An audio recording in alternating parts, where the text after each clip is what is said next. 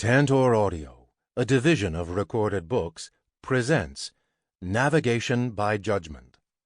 Why and When Top-Down Management of Foreign Aid Doesn't Work. By Dan Honig. Narrated by Boehmer. Preface. Friedrich Hayek and James Scott are not often seen as kindred intellectual spirits.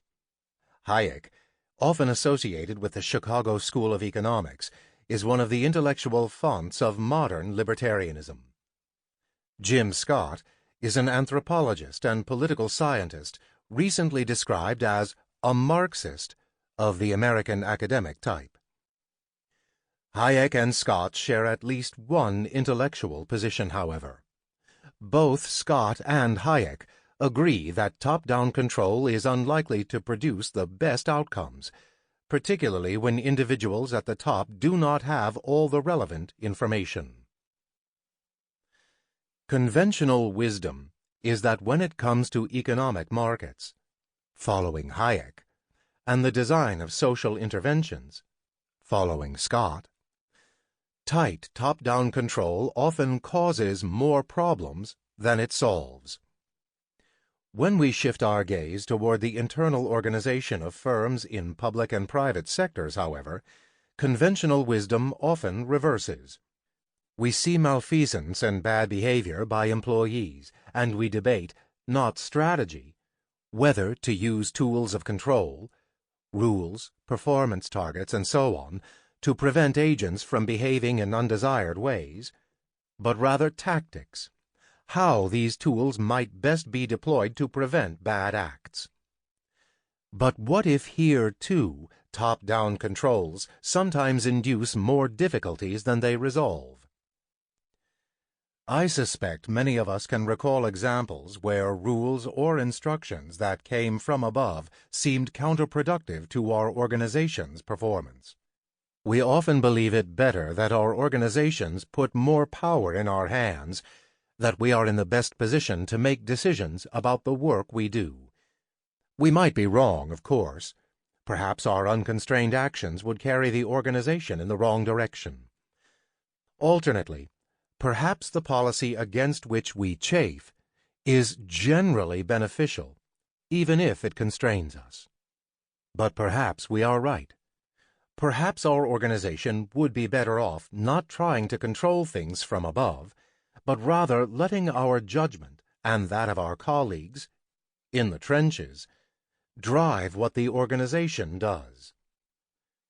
Maybe the red tape that so many of us complain about actually is indeed sometimes counterproductive. This is a question I've been mulling over for some time. The seed of this book began in an almost painfully cliched development worker moment. I was on the back of a motorcycle in rural East Timor being pounded by stinging monsoon rains. Vicente Brito, my colleague at our small non-governmental organization, NGO, focused on youth agriculture, was in front, piloting our motorcycle as we tried to navigate our way down the side of a mountain. That morning, as we headed up the mountain to a community meeting in Darulet, the road had been dry and passable, if not much more than a rough track. Now we drove over what looked to me like a shallow stream, indistinguishable from many other streams flowing downhill under the heavy rain. We paused to discuss our options. The rain was loud enough that we had to half yell to be heard. I wanted to stop for the night, thinking that as painful as the night might be, we would live to tell the tale, and in morning's light we could find our way down the mountain. Vicente disagreed. In Teton, East Timor's lingua franca, he argued that he knew the road. I said once again that it was better to live for tomorrow than risk the way down. "You're the boss," he said. I looked at Vicente, or toward Vicente, as amid the rain and darkness I couldn't make him out clearly, though he was no more than 3 feet away, and I thought about what he meant by knowing the road. So much of our NGO's work came down to what each of us knew in a difficult-to-articulate way. Knowing when to push a group of young people to do more, and when to offer a sympathetic ear. Knowing which local leaders to put faith in, and which to keep at arm's length. And now Vicente, who grew up just a few kilometers from where we were, was telling me he knew the road. "Okay," I said. "Let's go." We picked our way slowly down the mountain, the thin beam from the headlight of our Hondo Win motorcycle sometimes not strong enough to see anything beyond the rain. Vicente navigated by feel, by memory, guided first and foremost by his own informed judgment as we muddled through. And then we reached the bottom. Vicente lifted his visor and turned back to me as if to say, "I told you I could do this." And off we went back to our office in Dili, East Timor's capital. That stream masquerading as a road has come to feel to me like a kind of object lesson. There is often tension between relying on educated, yet ultimately fallible judgment on the one hand, and management by rule or instruction from the top on the other. There are many reasons not to navigate by judgment.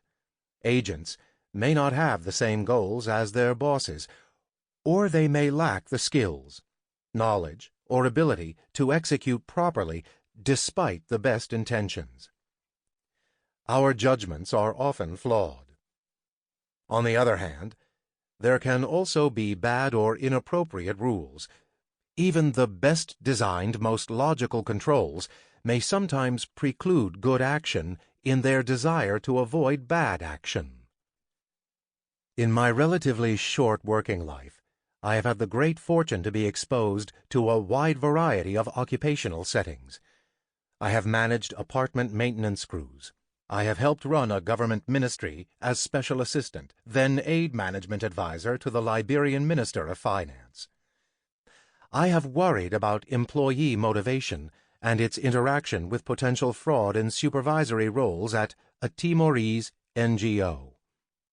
I have worried about the same things while managing the gift shop of a Detroit inner-city hospital. I have been judged by performance measures I sometimes felt inexact by my bosses at the Princeton Review when I was teaching SAT preparation courses. I have evaluated Thai grantees based on their ability to deliver on stated objectives for the international NGO, Ashoka.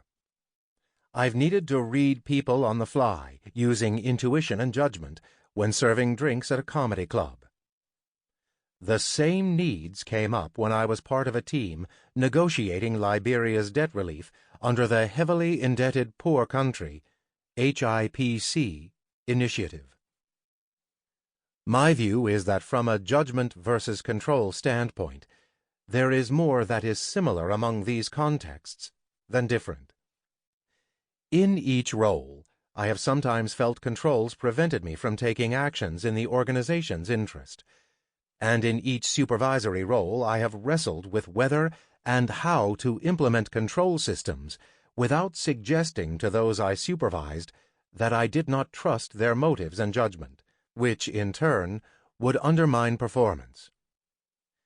There is a persistent tension between when to use rules, standards, and objective performance measures, and when to put faith in the uncodifiable judgments of those operating at the coal face, at the front lines of delivery.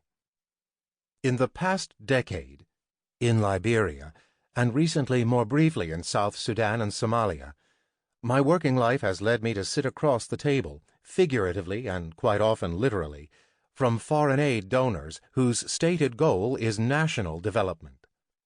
In my growing sample of experiences, it has often seemed to me that the donor agents who were most interested in contributing to national development trajectories, public goods, and citizens' welfare often seemed to spend much of their time in conflict with their own organizations over procedures and process.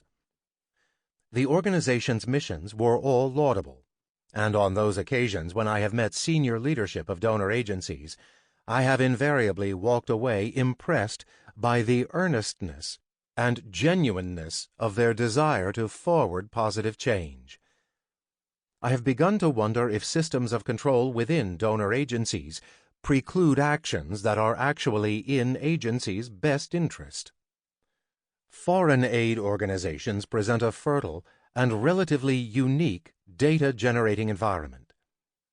Aid agencies are rare examples of organizations that keep systematic, if far from perfect, data on their own performance and are involved in an almost dizzying array of different tasks ranging from dam construction to judicial reform.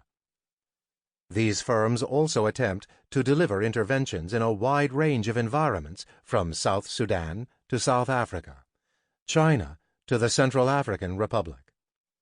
What's more, these firms largely continue to be present irrespective of their performance, as the empirics will show. Failure to perform does not lead foreign aid agencies to exit a country. The data aid organizations generate, then, can speak to the more general tension between agent judgment and top-down control.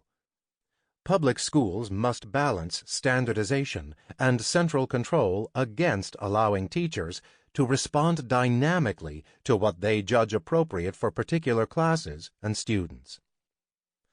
Multinational organizations increasingly need to adapt to unfamiliar and unpredictable contexts where both process controls and performance measures are unavailable, such as when entering new markets. A senior official at a major financial sector firm recently estimated to me that no more than 40% of the units in his organization generated a quarterly measure, such as profit, of adequate quality to allow pay-for-performance schemes to operate. When and how to navigate when clear rules are not practical and good performance measures are hard to come by is a critical and quite general question. All that said, this book is first and foremost an attempt to make headway on a problem that has long puzzled me and one that I have come to believe consequential for the conduct of foreign aid. It is an attempt to figure out whether all those complaints about red tape and hitting pre-specified numeric targets I've heard over the years in the aid business are justified, whether and when these mechanisms do seem to systematically harm aid agencies' performance. My intuition from the outset was that it was likely these complaints were sometimes, though not always, well-founded. The errors that stem from too little control, malfeasance, in U.S. government parlance, waste, fraud, and abuse, or simply mistaken judgments, are visible to organizations and those that provide them funds and authority to act. On the other hand, the errors that stem from too much control, foregone positive action, are frequently unobserved. I suspected development organizations would be inclined to focus on the problems they could see at the expense of those they could not, and thus might engage in more control than necessary. Throughout my analysis of these data, I have fought what I know to be my own bias in favor of human agency and our species' capacity to hold subtle and difficult-to-articulate wisdom. As Michael Polanyi put it, my view is that we know more than we can tell. I have attempted to fight my bias on this front, focusing on objective tests and highlighting where judgment fails. I leave it to the listener to use their judgment in determining whether I have succeeded in remaining data-driven and even-handed in my analysis. The great economist, Albert Hirschman, once described the implementation of international development projects as, in fact, a long voyage of discovery in the most varied domains, from technology to politics. My intellectual travels in trying to understand that long voyage of discovery have taken me to places, methods, and perhaps insights I did not anticipate at the outset. I hope that this work might contribute something to others attempting to navigate development's often unpredictable waters. Part 1. The What, Why, and When of Navigation by Judgment. 1. Introduction. The Management of Foreign Aid. A foreign aid agency wanted to help East Timorese farmers improve their agricultural practices. The agency's plan was to train government agricultural extension workers to deliver much-needed support to farmers regarding agricultural methods and inputs. For example, fertilizer. However, as the project was implemented, a funny thing kept happening. Virtually every government extension worker who received training promptly left government employment shortly thereafter, getting higher-wage jobs elsewhere. The vast majority of these jobs had nothing to do with the agricultural practices of rural Timorese. In building the skills of government extension workers, the agency was not, in fact, strengthening the government's ability to deliver or improve the lives of rural Timorese farmers.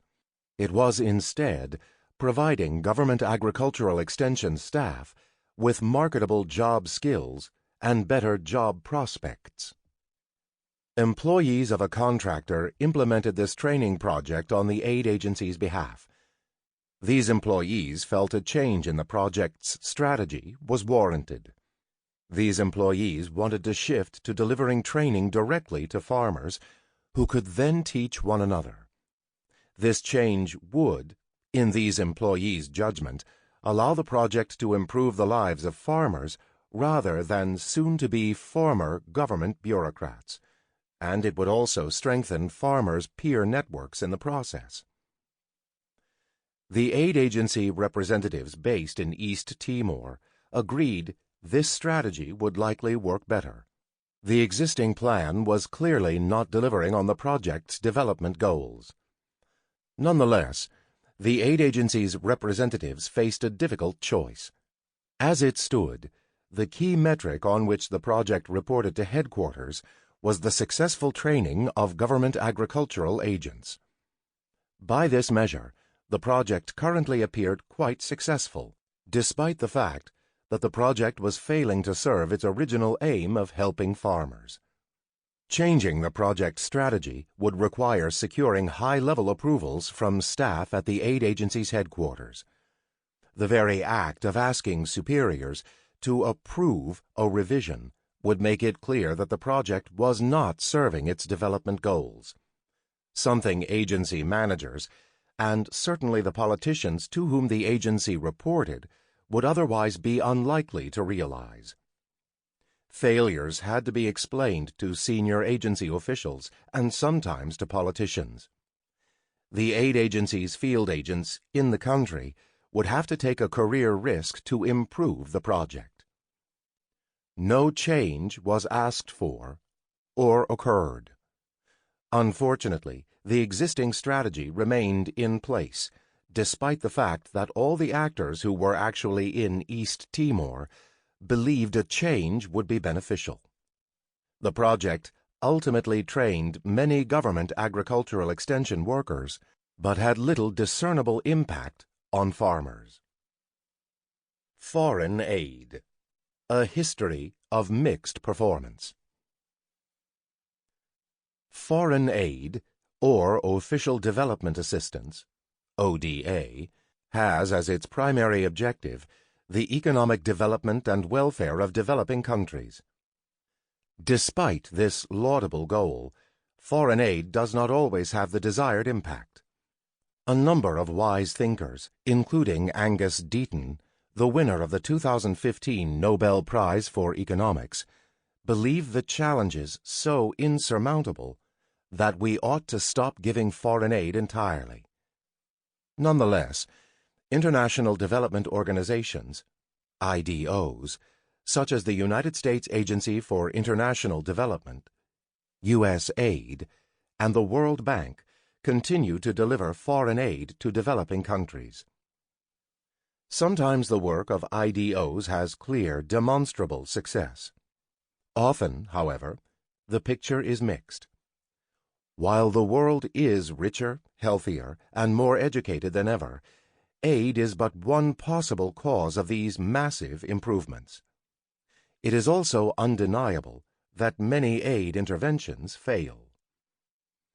International development organizations and scholars alike have spent a great deal of energy trying to make foreign aid more effective. Universal success may not be an achievable goal, given the variety and complexity of the challenge the development industry sets for itself. That said, with global aid flows of well over $200 billion annually, even small improvements in aid effectiveness have the potential to impact many lives for the better. Two types of errors: too little control and too much. This book focuses on the internal organization of IDOs, focusing on the management processes by which IDOs seek to translate resources into results. International development organizations themselves have begun to change the way they go about delivering development assistance, seeing management practice as an important avenue for increasing aid effectiveness. Occasionally, these solutions involve putting more substantive control in the hands of IDO field agents.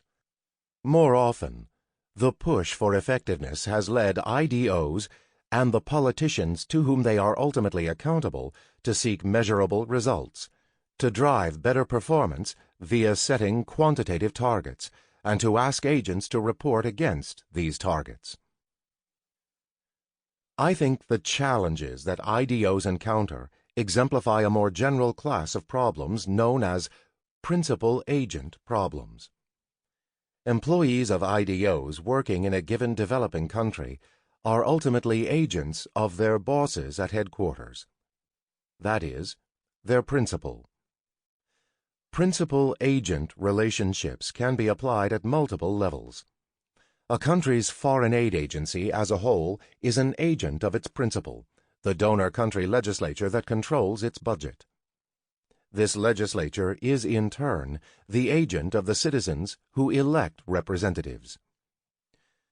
One of the key features of principal-agent relationships, in general, is that the principal needs the agent to perform work on the principal's behalf. However, the agent knows more about what's happening on the ground than the principal, and it is hard for the principal to fully observe the agent. This is what gives rise to the problem in principal-agent problems. The principal's interests are affected by the agent's actions, even when the principal doesn't, in fact, know precisely what the agent is doing. While principal-agent problems can be found in a wide variety of settings, IDOs face a relatively, though not uniquely, difficult strain. Ben Ramalingam refers to international development as a field with wicked problems that are hard to simplify into clear tasks with predictable implementation schedules. This wickedness makes it even harder for the principal to know what the right action is at any given time. International development organizations often operate in contexts that are very difficult to monitor, and they deal with problems for which there are frequently no complete pre-existing solutions that allow for easy monitoring. The risk of too little control for principals is clear. Letting the chickens run the henhouse can yield dysfunctional, inadequately supervised development projects. Conventional solutions to principal-agent problems, then, focus on strengthening principal control. Controls allow those in charge to better guide interventions, preventing agents who may not share the organization's best interests from distorting projects or simply failing to put effort toward an organization's goals. Organizations seeking tight principal control can invest in costly monitoring technology, Organizations can also induce agents to do what the principal wants by trying compensation, success, promotion, and the renewal of contracts to outcomes the principal can observe. Inasmuch as IDOs work in settings where direct observation of agent action is often difficult, IDOs often choose to orient agents toward quantifiable performance targets. Performance targets can orient field staff action and give principals a way of holding staff accountable if targets are not reached. There is also a risk of too much control. A risk I believe is often overlooked. There are underappreciated costs to either a monitoring or an incentivizing strategy beyond the actual resources spent on monitoring or performance pay. Attempts at control inevitably produce rules, targets, and other accountability measures that constrain agents. This constraint is not a side effect of control, rather, it is control's primary purpose. But the very constraint that precludes bad behavior by agents may also unintentionally preclude behaviors that are in service of an organization's mission. It is also possible for constraints, particularly when they take the form of output targets against which agents must deliver, to induce behaviors that appear to forward an organization's goals, but in fact do not. Strengthening principal control risks undermining rather than enhancing organizational performance. This book is an exploration of the costs and benefits of top-down control as compared to relying on the judgment of field agents. I will argue that just as there can be too little control, there can also be too much. In doing so, I echo the view of no less an authority than former USAID Administrator Andrew Natsios, who has argued that the IDO he used to run suffers from obsessive measurement disorder, OMD, an intellectual dysfunction rooted in the notion that counting everything in government programs will produce better policy choices and improve management. Navigation strategies as an organizing image. In a recent book focused on working in developing countries, Matt Andrews, Lant Pritchett, and Michael Woolcock use the metaphor of an overland journey from St. Louis to Oregon. Today, Google Maps and clear highway signage make this journey a logistical challenge that can be managed using top-down controls and measurement. Trucking companies hauling freight do just this. Trucks have GPS trackers, so headquarters can track their location and speed, and computers can determine optimal routes. Engine electronic control modules can record and transmit speed and engine wear data. U.S. regulators have proposed incorporating speed regulators into these modules to prevent drivers from exceeding the speed limit. Truck drivers have little discretion or opportunity to use judgment. Trucking companies manage by navigation from the top, minimizing the scope of agent judgment, and maximizing top-down measurement and control clearly serves trucking companies well. Trucking companies' modern management techniques require not just modern technology, but also known, dependable, and predictable roads. In 1804, when U.S. explorers Lewis and Clark undertook their journey from St. Louis to Oregon, there were no maps. The explorers had to rely primarily on their own judgment. That is, navigation by judgment. Lewis and Clark made many mistakes, of course. They took wrong turns on their journey and were nowhere near as efficient as a trip enabled by Google Maps and tightly monitored from a trucking company's headquarters would be today. That Lewis and Clark's navigation by judgment would not be a good strategy in 2015 does not mean it was not the right choice in 1804. The best management strategy depends on the available alternatives, which in turn depend on how well understood and predictable the environment is. Andrews, Pritchett, and Woolcock describe development problems as involving a blend of 2015. Sample complete. Ready to continue?